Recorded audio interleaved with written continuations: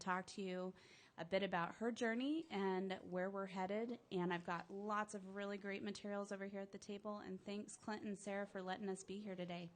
Pam. Thanks so much. I usually, I'm not much of a microphone person, but already, okay. So it's really great to see so many families here.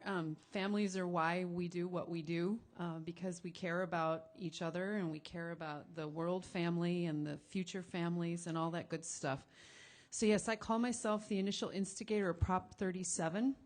And I was invited up here by the volunteers and grassroots folks to give them a little heads up about what's coming. And this morning I've decided that I'm kind of like the Paulette Revere person for you guys, because your no campaign here on 522 is the same no campaign that was in California. The managers, the consultants, and the media team were all the ones that the no side used down in our state. And I got here the day before your ads started, and they're basically the same ads that were in California, just regurgitated and changed a little bit for your state. And what struck me, having never done anything like this before, because I'd never been involved in political work, and always knew that there were shenanigans that went on in the media, but had no clue the extent to which in our society, in the political process, people are allowed, and campaigns are allowed to basically lie and confuse us to the point where we vote against something that we really, really want. So some of the things, in my travels around since then, I've been able to go to all over the western part of the state. It's been really, really lovely. You've got a wonderful state here. But I'm starting to hear a lot of the same questions that I heard in California, people who would normally support this initiative, hearing the commercials and against everything that, that they would normally think, because the opposition is very, very good and very, very slick at sounding very reasonable and very this and very that while they're telling their lies. I don't know how many of you have seen that movie, The Corporation, where they basically have the definition of a sociopath and then they show how corporations fit that definition, step by step. But they're very good at their lies. So I wanted to talk a little bit about some of the things that you're going to be hearing if you haven't heard them yet, so that when you talk to people, and I hope that you do, that's my biggest plea, is that people talk to each other. Commercials can do stuff, but it's when you look in people's eyes that they really understand that this is about us against corporations and us telling the truth about our right to know what we're feeding our children versus a corporate PR campaign that's just about making money and continuing profits at the expense of us, basically telling us we don't have the right to know what we're buying and eating. So one of the things that you're going to hear, if you haven't heard it already, is that this list of things that are confusing, and that some things not everything has to be labeled. And it's true, not everything does have to be labeled, because our food system is a mess. We've got the USDA is in control of meat products and eggs and anything having to do with animals. The FDA is in charge of planted things and processed foods. Then we have the alcohol, tobacco, and firearm branch, which is in charge of alcohol. So we've got 3 different agencies, all with conflicting sorts of things going on, none of them really doing much of anything to protect us, but rather to protect these business interests. So you're going to hear that things like, well, apple juice will have to be labeled, but alcohol won't. Well, that's because apples, non-browning apples, or Botox apples, as some of us call them, are going to be genetically engineered and on the market soon. They're like one of the next ones in the pipeline. So yes, if a genetically engineered apple is used in the juice, it will have to be labeled, because this is about labeling genetically engineered stuff. Alcohol, though, comes under a completely different set of rules and guidelines in the federal government, and we can't do anything about that. We can't change those labels. You're going to hear that, well, milk, soy milk has to be labeled, but regular milk doesn't. Again, this is about labeling things that are genetically engineered. Soybeans are genetically engineered. 93% of all soy out there is genetically engineered. But milk comes from cows, and cows are not genetically engineered yet. As some of you may know, salmon is going to be on the market soon. It will be the first genetically engineered animal that we have. So far, it's just been crops like corn and soy and canola and sugar beets and all that kind of stuff. But we've got animals coming, and salmon are just the first of a long line of things that have been in development for years. The salmon thing's been going on for like 20 years, I think. They've been trying to develop it. There's tilapia. There are, I think, 20 other kinds of fish waiting in the pipeline. There's a genetically engineered pig called the Enviro pig that's coming to us. There are genetically engineered cows and goats and pretty much anything on the planet that exists and is part of nature. They're working on genetically engineering in some form or another. That doesn't mean it's on the market, but it does mean it's in development. So when the cows are genetically engineered, the milk would have to be labeled because it would be coming from something that is genetically engineered. They're going to try to confuse you with that because they'll say, well, you know, these things eat genetically engineered foods, so they should be labeled. But legally, a ballot initiative can only be about one thing, and something that eats genetically engineered things is not the same thing as something that is genetically engineered. So if we would have put the eating genetically engineered part in there, it could have been construed as two different issues. It would have been challenged, and we probably would have lost because legally they are not the same thing. And the whole thing would have been, overturned. So we had to make a decision. But then it's used against us. You know, I mean, one of the things I would love to say to them is like, oh, so you would like a stronger law? Does that mean that you folks want more labeling rather than less? So yeah, will you help us next time when we go for the animals that are, that eat the food, along with being genetically engineered themselves, kind of stops them in their tracks. I use that one in a couple debates in California. But so it's really important to remember that, the dog food, you're going to hear, though the pet food has to be genetically engineered, which is untrue. In California, again, you got the same people doing this here as you did in California. In California, the definition of food includes pet food, but it doesn't in Washington. But they are rehashing this because they know that it really confused people, and it helped a lot of people think that there was something wrong with the law, so they voted no. But in California, what they used to say is the meat in the dog food will have to be labeled, but my steak won't. It had this dumb kind of looking guy in his backyard looking like he was getting ready to do a barbecue. And, people are like, what does that mean? What's that all about? Well, what was going to happen is if the pet food had to have a label, it would have been because of the corn and the soy, not because of the meat. And when the meat was genetically engineered, then both would have had to have been labeled. So it's these little nuances where they take half-truths, they twist them, sometimes outright lie. What are some of the other ones? A pizza from the grocery store will have to be labeled. Oh, my heavens. But if you go to a restaurant and order a pizza, it won't have to be labeled. Well, when you're in a grocery store and you see a frozen pizza or, a pizza with a plastic wrap around it, they have to be labeled. Okay? This is a law about things that are labeled now. It's not about changing the restaurant system or the takeout system and requiring that they have labeling also. So, would we like that? Yes, we would like that. But we can't overreach. We have to start somewhere. And so you start where we are, which is foods that are in grocery stores and at farmers markets that are genetically engineered will have to have a simple sign. People are often concerned. You're going to hear, this will hurt farmers. In California, the Farm Bureau was running around telling our farmers that they were going to get inspected every week, which was a complete lie. I've been hearing from farmers, and I don't know where they're getting it here, that they think they're going to have to be certified. I don't know, and I've been talking to people. I don't know what kind of non-GMO certification they're talking about for a farmer because I've never heard of that before. I'm still trying to find out. But the bottom line is nowhere in that law does it say or imply that somebody has to be certified. In California, what they did, spreading this stuff amongst the farmers market farmers so that they would talk to their customers and just, they're going to hurt us. And it's like, so I would get these phone calls and people would say, what do I say about, it's going to hurt farmers? And I used to say, well, how is it going to hurt farmers? Are they going to fall and need a Band-Aid? Are they going to, what's going to happen to them? You have to get people to have a specific question. Hurting farmers, there's nowhere to go. There's nowhere to answer that.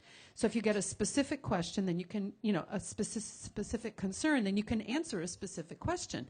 One of the big ones was, like we said, they were being told they were going to have to they were going to be inspected. And then you can say, that's just not true. Go read the law. Well, you're going to be a ton of paperwork. It's not true. Go read the law. It's right there for people to see. You can find it on the I-522 website, or you can go to your Secretary of State's website and read what it says there. Nowhere does it say that it's going to cost, that any farmer has to be certified non-GMO. Let me see, what else are you going to hear? The dog food, the pet food, the soy milk. I think that's all the exemption pieces and parts of it. You're going to hear that this is going to cost you a lot more money at the grocery store. I'm here to tell you that there are 64 countries that label genetically engineered foods already. We are very, very late to this game. Many countries actually ban them outright. And in all of those countries, when they were considering labeling, they too were told that their food prices were going to go up and that this was going to really hurt families. And nowhere did this happen. Nowhere. This is just simply not true. Labels cost nothing to put on. It doesn't cost nothing for the manufacturer, but they change their labeling all the time. It's just part of the price of doing business. We have manufacturers, producers that helped write these so that it wouldn't be harmful to people, to businesses. We have them supporting. I mean, if you go to the 522 website, you'll see all sorts of businesses that support this, and producers. They're not going to sign on to something that isn't good for them. You're going to hear that it's going to cost the state billions of dollars for, blah, blah, blah. It just is not true. You can go to your Secretary of State's website and see an analysis by the state.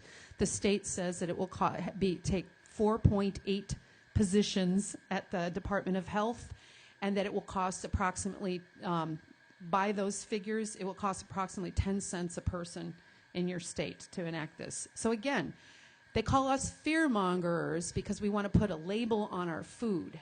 You'll hear that a whole lot. Just fear-mongering, just fear-mongering. But they're doing the fear-mongering by telling the people lies so that they'll vote no, so that you have to stay in the dark about what you're eating. Because in those 64 countries around the world that label genetically engineered foods, people reject them. Consumers reject them, and there is no market. And they don't want to lose their market here in the United States. So I forgot to mention, if anybody has any questions along the way, just interject. At any point. Let me see, what are some of the other ones I hear? That they're completely safe, that the American Medical Association says that there's no reason to have labels. You'll hear that. Well, what they forget to tell you, the opposition forgets to keep going in that statement that the AMA made, which was, yes, the AMA said that we don't need labels, quote unquote, but the AMA also said that we need more research. And those of us in the movement and scientists that we talk to that are unpaid for say, how can you do research? How can you track anything if there isn't a label?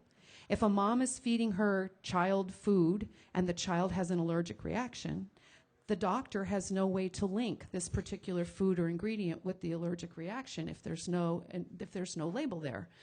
In fact, some people in our movement feel that this is a big reason they don't want labels, is because all of a sudden there will be that trackability and they'll become liable. So there's one of the big things. Let me see, what else do I hear out there?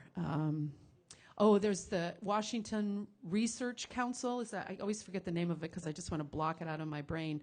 You're going to hear, if you haven't heard yet about this, Washington Research Council has come out with a report about how basically this law will ruin Washington forever, in all sorts of ways.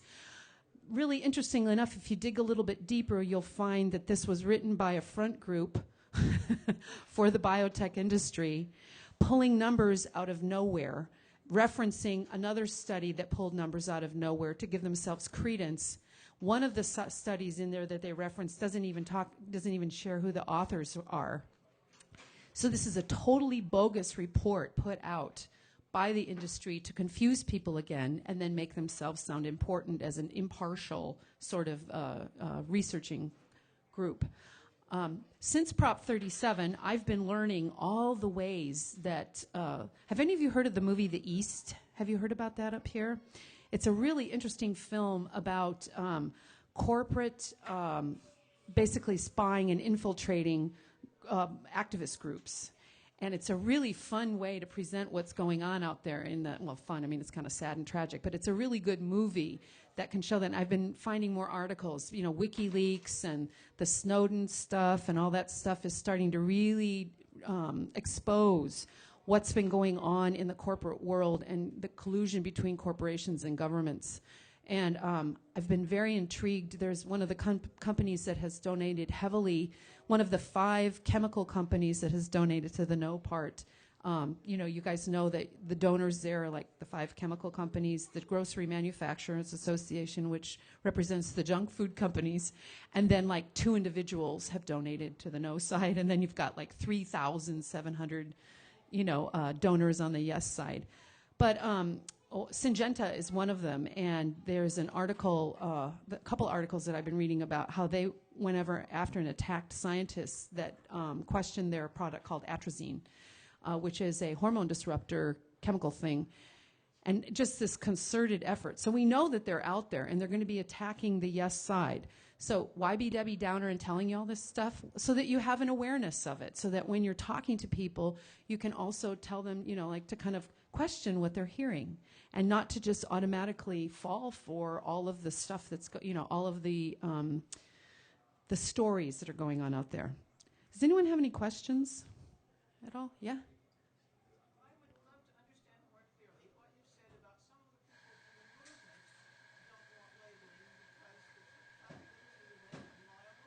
Some in the movement believe that the opposition doesn't want labeling because then they would be liable.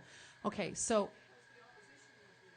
right, opposition would be liable. Yeah, sorry, thanks for that clarification. Yeah, so that, you know, like Andy Kimbrell is one of the biggest, he's the director of the Center for Food Safety, and he believes that one of the big reasons they're fighting, that Monsanto, Syngenta, and all those folks are fighting labeling is because once you can track it to an illness, like say, if you can show it's GMO soy and all of these kids have had these allergies, then you can have a class action suit against, you know, Monsanto or Syngenta or whoever. And he believes that's one of the big reasons they're fighting it.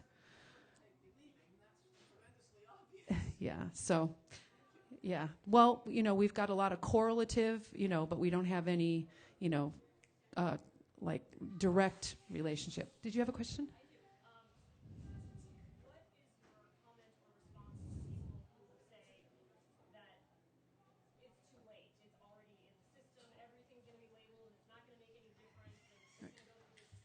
Right. Right, right. So I've heard that before, and I think that comes from a confusion, and this is one of the problems about if states don't do this law, then it could become very confusing on the federal level because the feds will blur the lines. So right now, the FDA is looking at a definition of GMOs that includes hybrids, just regular old hybrids. This law very specifically does not. Okay, it includes very specific, if you read the beginning of the law, it defines what it covers there. It has to do with injecting and unifying species, cross-species or intraspecies in ways that normally wouldn't happen, or flipping genes on and off, and that's not a hybrid.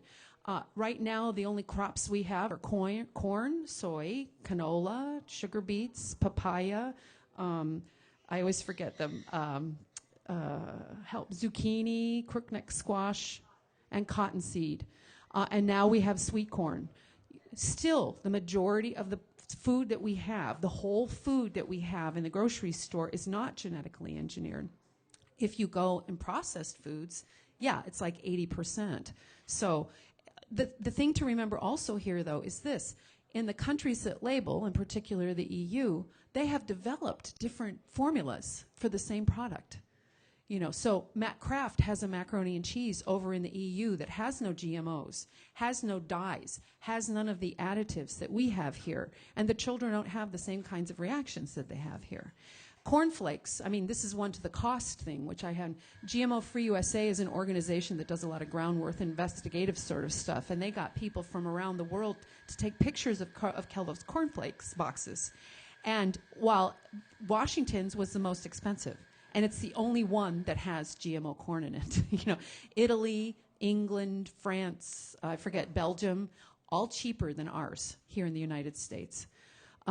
So it would be, there are a lot of processed foods that contain corn and soy and canola and stuff, but already, I mean, just from Prop 37, I don't know if people know that both Connecticut and Maine enacted a labeling law in May and June. They both have trigger clauses which require that 5 other states do a labeling law. They have to have an aggregate population of 20 million.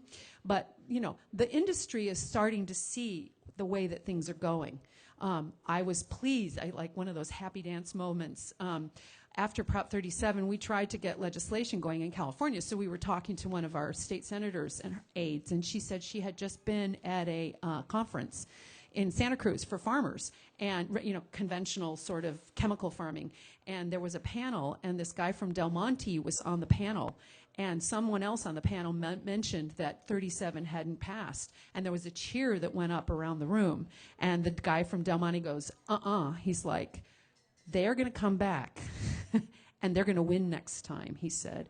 So instead of, trying to maintain the system that you need to realize this is changing and it's coming. And so how are you as farmers going to change what you're doing right now? And it's exciting, to hear around the farming world that there's starting to be a shortage of GMO feed, okay, and stuff and grains for us. So that's good because the more farmers hear that, they're going to switch over because it's a great crop for them. Farmers are not invested in Monsanto. They don't care if if they're supporting Monsanto or not. No, I'm not trying to just pull out one company. It's just the poster child. So then one everybody knows about. But they're not invested. They're going to go where the money and the supply, the market is. So the more we talk to farmers and encourage them and remind them of a brand new market, the more they're going to be shifting over, and then they'll be on the leading edge. It's pretty exciting, all the stuff that's going on out there. You got great food stuff going on here in Washington, over, just listening and talking to people who are creating all sorts of amazing programs for schools and their communities for food self-sufficiency and sovereignty. Port Townsend's doing a bunch of stuff over there, and Squim, and here in Seattle, I've gotten glimpses of all sorts of wonderful things that you guys are creating for yourselves and your communities. What I love about this movement is the community of it. If you want to get involved, please get involved. You only have 38 days until your election. And, you guys can't lose here. Sorry, but you just can't lose. It's just, you have to win here in Washington for all sorts of reasons. Yeah. And I want to tell you that there's a lot of good stuff I see here that we didn't have in California. And I want to give you hope that if you work hard, you can definitely get it passed here. The biggest one is you guys have enough money that you were able to start your TV ads the same time as the No campaign. In California, it was probably one of the most painful periods of my life. We didn't have very much money in our campaign. I could go into stories, but I don't want to waste anybody's time with that. But we didn't have very much money for the size of state we were, and for the how expensive media is in our state. And the No commercials started, and our campaign manager had made the decision to wait until the last 2 weeks of the election. So we had absolutely no advertising on TV for 3 weeks. 3 weeks, imagine that. If you were listening to the barrage of No commercials right now, and there was no voice on the yes side, how painful that would be on the ground, and it was excruciatingly painful. The other piece was finally in those last 2 weeks, because we didn't have any money, so California kind of goes like this, or I should go backwards. So here's the coast. And there were no ads. So there were ads in San Francisco, Monterey, Los Angeles. So they were along the coast.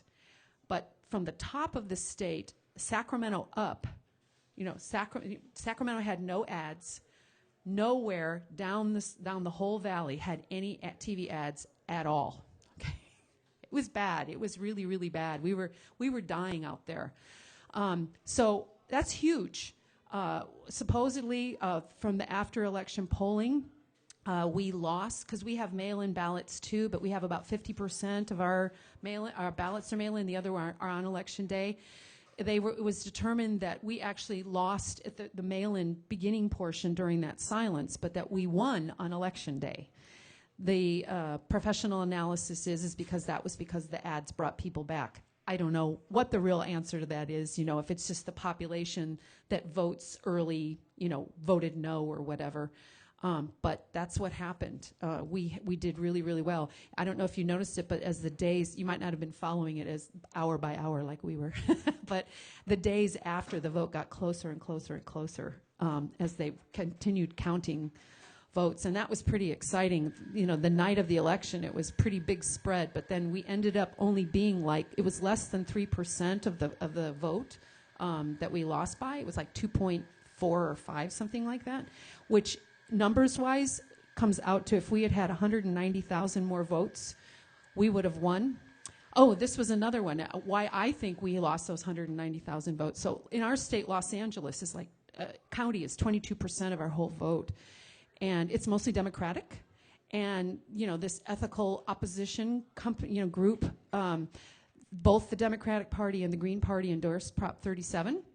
And what they did was they created a fake mailer, like you might all have received a mailer from the No people so far, but they created this mailer that said, Democratic Party voter guide, bring this to the polls. And everything else was like the Democratic Party had voted, except for it said no on Prop 37. The same thing, and they sent that to all the Democrats in Los Angeles County. And then they did the same thing with all the registered Green Party people around the state. They had the same basic kind of a thing there. It was pretty sneaky and pretty unethical, if you ask me. And even with just those, if people had, taken those with them and voted that way in Los Angeles alone, that could have been the 190,000 votes. So when you look at what's going on here, when I look at what's going on here, I get very, very excited because even with all of that stuff going on, the lies, the fact that, we had no ads for 3 weeks on TV. We had very little money to do much of anything. We had a very small staff. Our staff was about as big as your staff on 522 is, but our state is like 7 times as big as yours, so people were really stretched thin.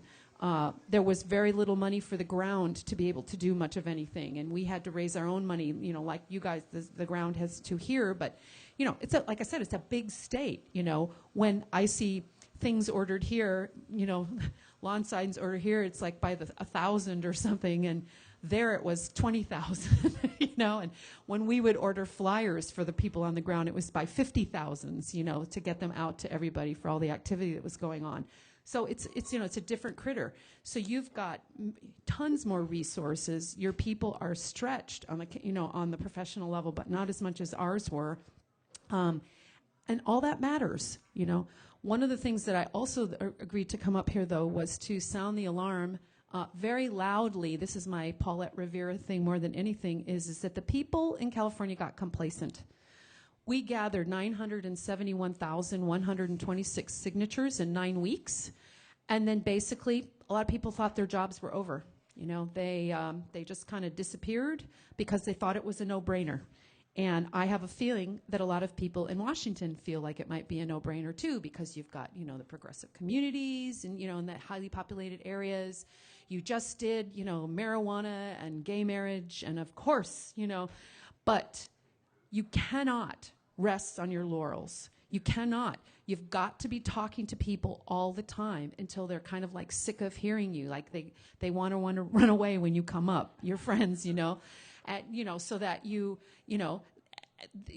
just become obnoxious. I mean, when I started Prop 37, one of the things I had to decide was I had to not care if I look like a complete idiot.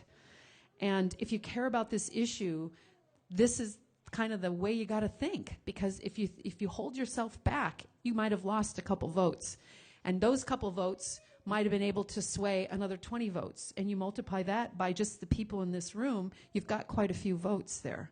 So please talk to people in groups and individually.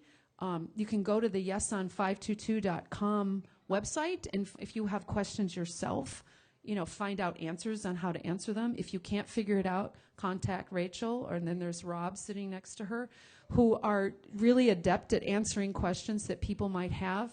Like I said, they're very slick. How many of you have seen the ads, the no ads already? Yeah. They're very, very convincing. And even, just being here for a week, the kinds of questions I'm getting and the people saying, well, what about this? That's the way we lost in California. It's because we couldn't answer those questions to enough people. I'm very hopeful here. I'm very hopeful. And I'm really excited because I believe Washington is going to be the first state with full-on labeling in the United States. And how great, for you guys to lead the country. Thank you. Thanks.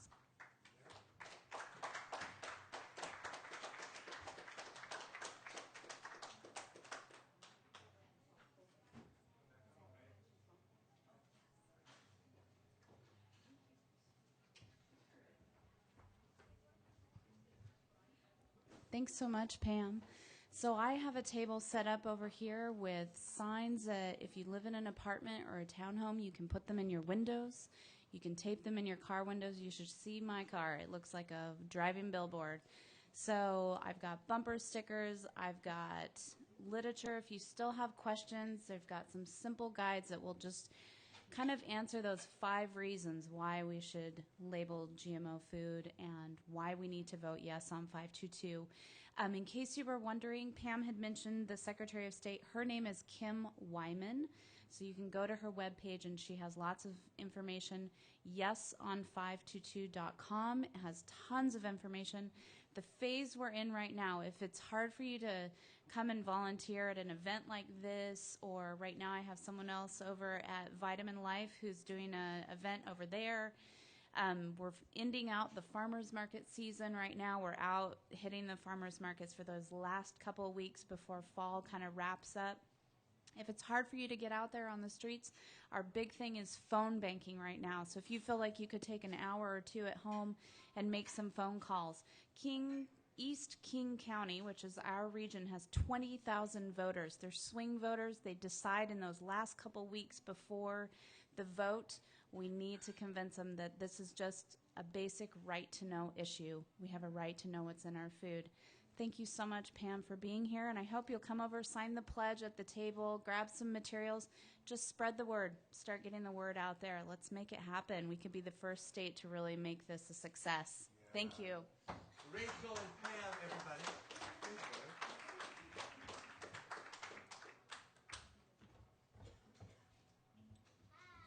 Hi.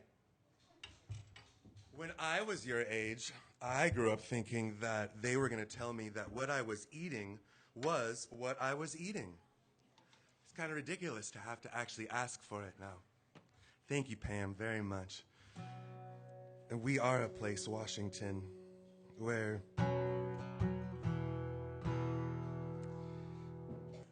we're not afraid to stand up and do the right things and be educated.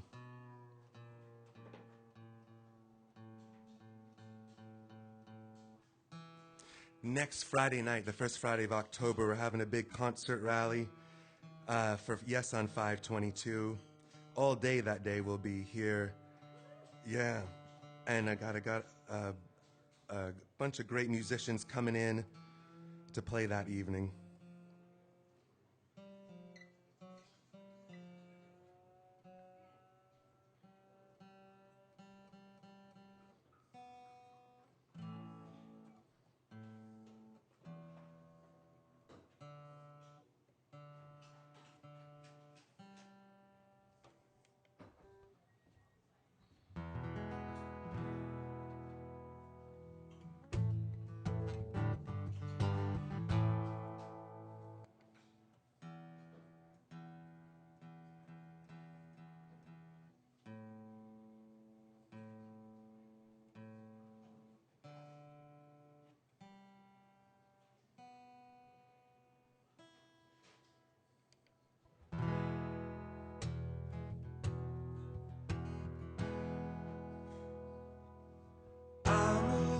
Sunset, got diamonds in my bones.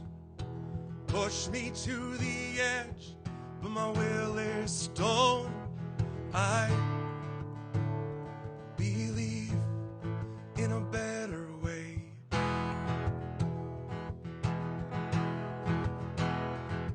Take your face out of your hands and clear your eyes. You got a right to your dreams, so don't be denied. I believe in a better way.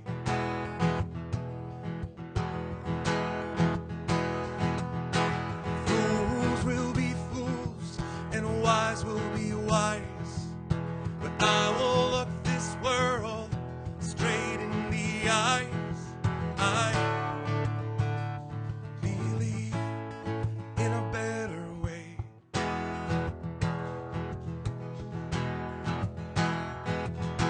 Reality is sharp, 'cause it feels like a knife. And everyone I know is in the fight of their life. I believe in a better way.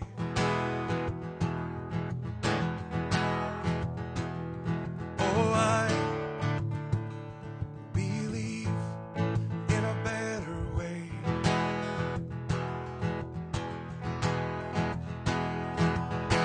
I'm a living sunset, got diamonds in my bones.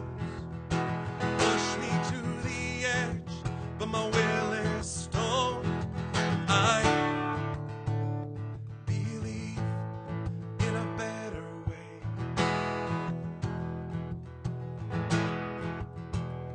Oh, I believe in a better way.